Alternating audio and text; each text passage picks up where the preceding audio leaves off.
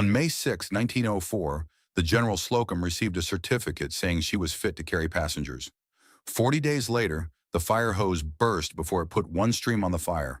That is the case in its smallest form. A boat passed inspection, a church excursion boarded, a fire began below deck. The first apparatus meant to stop it failed under pressure. The Slocum was not outside the safety system. She was inside it. She had been built in 1891. She belonged to the Knickerbocker Steamboat Company. She was licensed to carry 2,500 passengers. She had been inspected on May 5, 1904. The certificate, dated May 6, said she was fit. The paper did not say the boat would never burn. It said something more practical and more dangerous. It said the required safety apparatus had been examined. It said the vessel had been accepted by the public authority responsible for knowing. After the fire, the federal inquiry had to ask whether that authority had actually known what it certified. The 1904 Commission's table counted 955 passenger deaths and 2 crew deaths. Later institutional summaries often give the total as 1,021. That disagreement should not be cleaned away. The official table and later summaries do not agree neatly, and the gap belongs inside the record. But the shape of the disaster is not uncertain. This was a church excursion in which passengers died at a rate the crew did not. The Commission counted 1,358 passengers. It counted 745 children. It found that more than 7/10 of the passengers died. It also said about 9/10 of the excursion party were women and children. Those figures do not only measure scale, they show dependency. The passengers had not come aboard to operate a vessel. They had not come aboard to inspect hose, test cork, verify drills, or judge the condition of a fire pump. They boarded because the system had already told them the boat was fit to carry them. St. Mark's Lutheran Evangelical Church had chartered the Slocum for an outing from the East River to Locust Grove. In the Libano family record, the disaster is not an argument about percentages. The New York Historical Society finding aid records that Adela Libano Wotherspoon was 6 months old during the disaster. She survived. 2 of her sisters, 2 aunts, and 2 cousins did not. That is enough. No imagined scene is needed. A baby survived. 6 close relatives did not. A family record carries what a casualty table cannot. The Federal Commission did not have to invent a mystery. It had testimony, it had exhibits, it had wreckage, it had a current certificate, it had indictments that reached the captain, company officers, and inspectors. Most of all, it had an apparatus that had already answered the central question. The hose had been called fire protection. When it was asked to protect, it failed.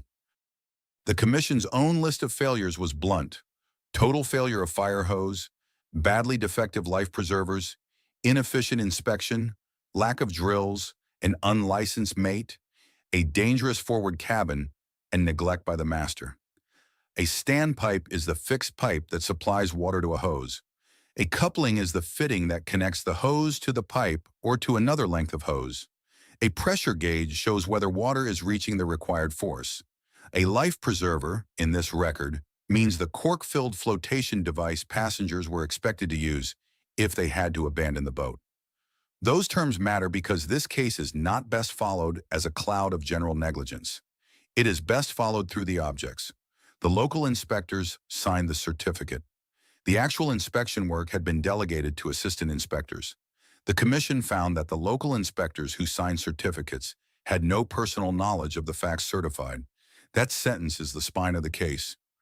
It does not require saying that a particular inspector never boarded a particular vessel. The supported claim is narrower and stronger. The people whose signatures turned inspection into permission did not personally know the facts their signatures certified. That matters because every side had reasons to move blame away. A captain could point to bad equipment. Owners could point to crew. Inspectors could point to routine. Assistants could point to the way inspections had always been done. Later summaries could turn the whole case into one guilty man or one rotten object. The safer path is not to choose the neatest story. It is to follow what failed. The forward fire hose was 100 feet long. The Commission described it as cheap unlined linen hose, probably several years old. At the May 5 inspection, no pressure test was made of the Slocum's hose. That was the missing act. The hose was not being kept for display. It was being kept for one moment, when fire started Water entered and pressure tested the fabric. If it could not survive that moment, it was not fire protection. It was only the appearance of fire protection. Assistant inspectors relied on visual examination. They did not use a pressure gauge. The commission found that hose equipment, which passed inspection by sight, later burst during re-inspection at pressures below the legal requirement. The law still contained clear requirements. The commission said some were treated as obsolete or were uniformly ignored, including hose tests and the joint rule governing inspection. This was not simply one bad hose missed by one careless man. It was a practice. Look over the equipment, accept the routine, sign the certificate, let the boat sail. Here, the warning had been certified out of existence. The form said inspection, the practice said glance. Between those two words, 1,000 people were being carried upriver. The later reforms show what the failure had been. Handle each life preserver. Test each life preserver by force. Pressure test every length of fire hose to 100 pounds per square inch. Operate the pumps. Give the inspection service enough people to do the work. Police vessels between annual inspections. Those recommendations were practical because the defect was practical. The Slocum was not an experimental craft. She was a familiar excursion steamer. Her legal capacity was far above the number aboard. On paper, she was not overloaded. On paper, she had been inspected. On paper, she was safe enough for a church outing. That is why the certificate mattered. Danger is easier to see when it looks strange. The Slocum did not look strange to the people who boarded her. She looked like a public service already approved by the proper authorities. The forward spaces told a different story. The commission described the forward cabin as having become a storeroom and lamp room, containing the steering engine, the dynamo, and storage functions. It called the vessel highly combustible and said that such construction endangered passengers. So the fire did not meet a hardened machine with tested defenses. It met a combustible excursion vessel with a current certificate, an old linen hose, and life preservers whose condition had not been proved by hard handling. The New York Historical Society Finding Aid preserves the Liebenau aftermath in objects: scrapbooks, photographs, Anna's shoes, and the dress Adela later wore when she unveiled the monument to the unknown dead in 1905. Those objects do not need to be made sentimental. They do something more exact. They show how a public failure entered private storage. A certified boat burned. A child survived. The evidence remained in a family archive. The fatal assumption was bureaucratic. If the certificate was current, the safety apparatus must be real. The inquiry found something harsher. A current certificate could coexist with untested equipment. It could coexist with hose that had not been proved under pressure. It could coexist with life preservers whose covers tore when handled. It could coexist with a crew that had not been drilled into control. A certificate can protect the public only when it carries knowledge forward. Without that knowledge, it carries confidence without the thing that should justify confidence. The inspector said Jose could be judged by looking it over. Inside an old routine, that may have sounded like experience. Outside that routine, it was a shortcut through the only test that mattered. Hose is not tested by the way it rests on a rack. It is tested when pressure enters it. The commission did not accept the visual method. Hose that looked acceptable could burst below the legal pressure. That was the difference between appearance and function. The real test did not happen in the inspection room.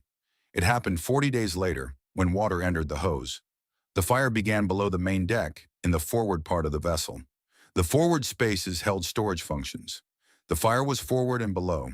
The first firefighting apparatus was forward as well. Above and around that failure were passengers who had boarded for an excursion, not an emergency. The precise experience of every passenger in the first minutes is not recoverable. The record does not put a witness behind every shoulder. It does not tell what each person understood, when each person saw smoke, or what each person believed was still possible. But the record does tell what the apparatus did. The crew reached the forward standpipe. Water was turned on. The hose had its one clean chance. If the hose had been good, the commission found there was a strong probability the fire would have been controlled. That is a careful finding. It does not say certainty. It does not say every life would have been saved. It says the first mechanical failure probably changed the course of the disaster. The hose did not hold. When water entered it, the forward hose burst in 2 or 3 places. It blew off at the coupling. The commission found that no water reached the nozzle. No stream reached the fire. The first protection failed before it became protection at all. The crew then tried to connect a rubber hose. That attempt failed. After that, the commission said the crew abandoned further efforts to fight the fire and went aft. Some went overboard. That does not require treating every crewman as the same person or every action as equally blameworthy.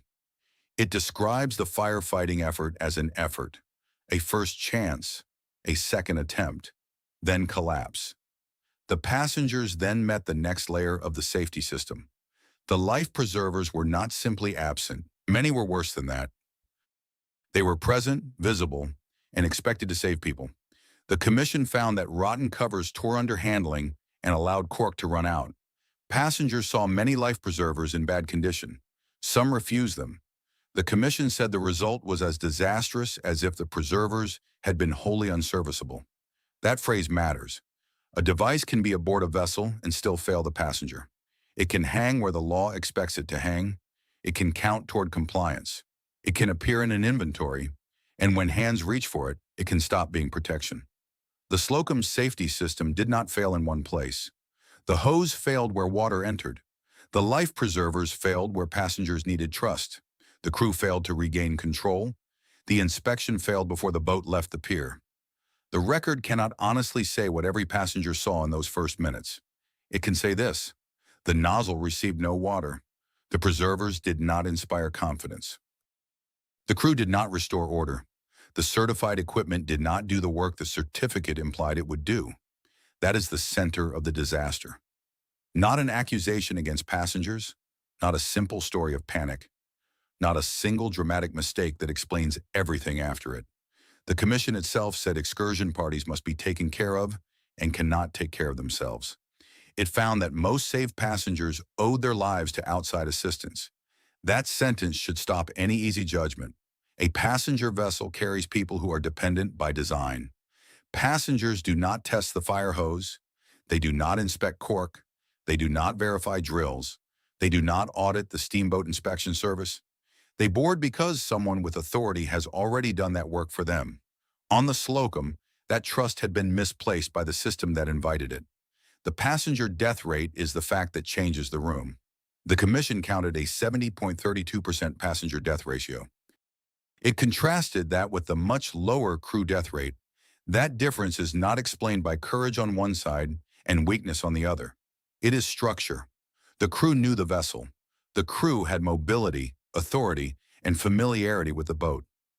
Passengers had dependency, confusion, children, bad preservers, and a fire spreading through a vessel whose first line of defense had failed. The point of no return was not when the Slocum was fully burning. It came earlier. A fire began below deck. The crew went to the standpipe. Water entered the hose. The hose burst.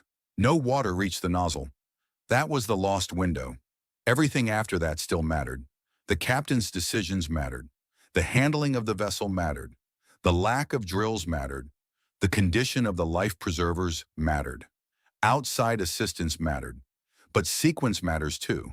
The protective system had failed before the shore could save most passengers. Captain William Van Scheck's decisions became part of the legal case. The court would say his duties mattered.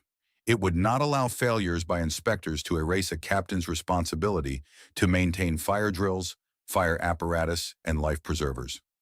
That legal point is important. A captain cannot use a failed inspection system as a shield from command responsibility. But the opposite mistake is just as easy. The case cannot be reduced to the captain alone. The source record does not support that simplification. The hose was defective. The preservers were badly defective. The inspection was inefficient. The drills were lacking. The certificate had been signed by officials who, according to the commission, had no personal knowledge of the certified facts. The law could punish a captain. The inquiry described a system. Those are not the same verdict. President Theodore Roosevelt directed regulatory changes and asked that Congress receive the Commission's requests for legal changes, including special attention to passenger safety on excursion boats. The reforms read like a list of things the certificate had pretended were already true. Every length of fire hose should be pressure tested to 100 pounds per square inch. Life preservers should be handled and tested by force, not accepted through superficial observation. Pumps should be operated. The inspection service needed more people because the existing force could not carry out the legal inspection requirements. Vessels needed policing between annual inspections, not only a ritual certificate once a year. If the cure was pressure testing, the disease was untested hose. If the cure was force testing life preservers, the disease was trust in appearance. If the cure was more inspection force, the disease was a service signing more safety than it could actually know. The criminal aftermath reached beyond the captain. The Justice Department report included in the commission packet said Van Schaik, company officers, and inspectors were indicted after the disaster. The conviction that lasted was Van Schaik's. Later trial summaries give Van Schaik's sentence as 10 years. The appellate court held that inspection failure did not exculpate the captain. That is the legal aftermath in its narrow form. The captain had duties. The court enforced them, but the wider record does not end there. The life preserver scandal widened after the fire. In the separate life preserver case reported after the disaster, federal officials described cork blocks containing pieces of bar iron. That fact is often pulled toward the Slocum in its most dramatic form, as if passengers aboard the vessel were confirmed to have worn iron-filled preservers. The opened official record supports a more careful statement. It describes a related post-disaster case involving cork blocks put on the market with bar iron inside to meet legal weight requirements. Unless another source ties those blocks directly to the Slocum's onboard preservers, the iron belongs to the regulatory aftermath in the broader life preserver market. The documented Slocum life preserver failure is already severe. Rotten covers tore. Cork ran out. Passengers saw defects. The commission said the result was as disastrous as if the preservers had been wholly unserviceable. The record does not need to be exaggerated to become serious. The popular story wants 3 clean objects: a rotten hose, iron life jackets, a guilty captain. The record is more useful and less tidy. The hose failure is direct. The life preserver defects are direct. The iron in cork case is real, but belongs to a related market fraud prosecution unless a separate source proves those blocks were aboard the Slocum. The captain was guilty, but he was not the whole system. That is where the Slocum becomes more than a disaster story. The clean version after a public catastrophe often names a person and stops there. One captain, one decision, one villain, one object. The commission did something more uncomfortable. It described a routine in which signing, looking, and certifying had drifted away from knowing. It described local inspectors who signed certificates without personal knowledge of the facts certified. It described assistant inspectors relying on site where pressure was required.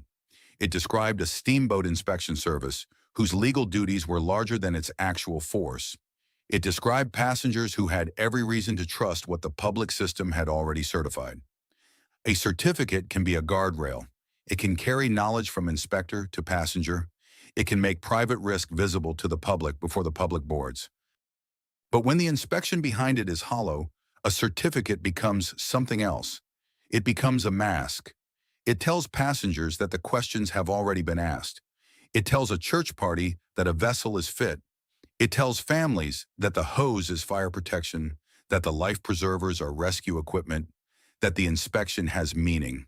On the Slocum, those claims met the first real test. The hose burst, the nozzle stayed dry, the preservers failed as protection.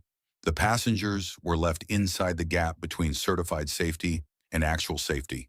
The Slocum burned as a vessel, but the deeper failure had already happened inside the safety system. It happened when hose could pass without pressure. It happened when life preservers could pass without force. It happened when signatures could turn delegated routines into official truth. It happened when a certificate claimed knowledge the system did not have. My read is that the Slocum verdict is not a verdict on panic. It is a verdict on certification without knowledge. A safety certificate that became most dangerous at the exact moment people trusted it.